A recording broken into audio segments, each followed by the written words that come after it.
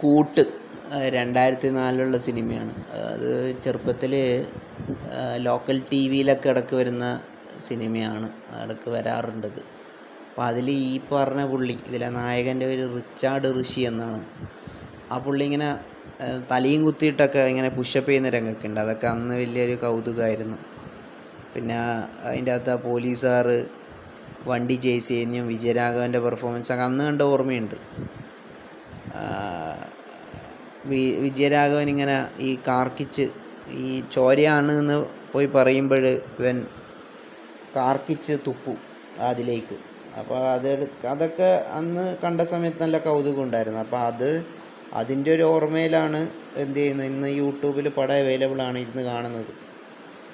അപ്പോൾ പടം പറയാലോ 5 പൈസക്ക് ഉള്ളില്ല, കണ്ടിരിക്കാൻ തന്നെ പറ്റില്ല. അതായത് വെറുതെ എന്തൊക്കെയോ കാണിച്ചു കൂട്ടുന്നു. ക്യാമ്പസ് എന്നും പറഞ്ഞിട്ട് എന്തൊക്കെയാണ് കാണിക്കുന്നത്. പടത്തിൻ്റെ ഫസ്റ്റ് ഹാഫും സെക്കൻഡ് ഹാഫും തമ്മിൽ ഒരു ബന്ധവുമില്ല. അതായത് പാട്ടുകളൊക്കെ സൂപ്പർ ഹിറ്റാട്ടോ ഈ സിനിമയിലെ. പാട്ടിന് വേണമെങ്കിൽ പാട്ട് മാത്രം കണ്ടാൽ മതി, ഇനി ഈ പടം ഒന്നിരുന്ന് കാണേണ്ട കാര്യമൊന്നുമില്ല. പാട്ട് മറ്റേ എസ്കോട്ടല്ലോ BP ഞാൻ നിൻ്റെ മൊബൈലായെങ്കിൽ എന്ന് പറഞ്ഞ പാട്ടില്ലേ, അതൊക്കെ ഈ സിനിമയിലെ ഹിറ്റാണ്. പാട്ടെല്ലാം സൂപ്പർ ഹിറ്റാണ്, ഒരുപാട് പാട്ടുണ്ട്. പിന്നെ KG യേശുദാസ് പാടിയ എന്തേ നിൻ പിണക്കം മാറിയില്ലേ എന്ന് പറഞ്ഞൊരു പാട്ടുണ്ട്. പിന്നെ അങ്ങനെ 2-3 മെയ് മാസമേ അങ്ങനെ എന്തൊക്കെയോ പാട്ടുണ്ട്. പാട്ടുകളൊക്കെ ഹിറ്റാണ്. പടം ഹിറ്റാണോ എന്ന് അറിയില്ല, അതിൻ്റെ ഡീറ്റെയിൽസൊന്നും ഇല്ല.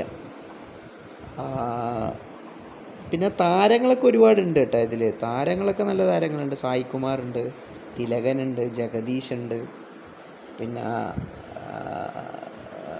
മറ്റേ ആ പുള്ളിയുടെ പേരെന്തായിരുന്നു, മറ്റേ നന്ദനത്തിൽ കൃഷ്ണനായിട്ട് അഭിനയിക്കുന്ന പുള്ളിയുണ്ട്, അരവിന്ദ അതിനെന്തോ പേര്. പിന്നെ ഈ പറഞ്ഞ താരം റിച്ചാർഡ് ഋഷിക്ക് ശരിക്കും ആരാന്ന് പറഞ്ഞാൽ നമ്മുടെ തലാജിത്തിൻ്റെ അളിയനാണ്.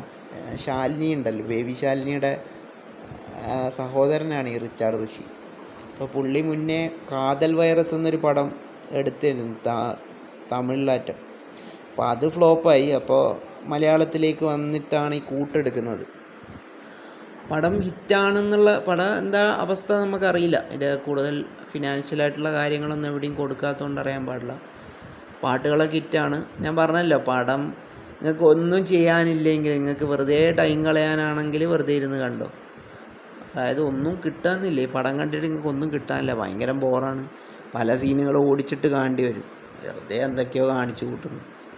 എന്നാൽ ശരി, ഓക്കെ.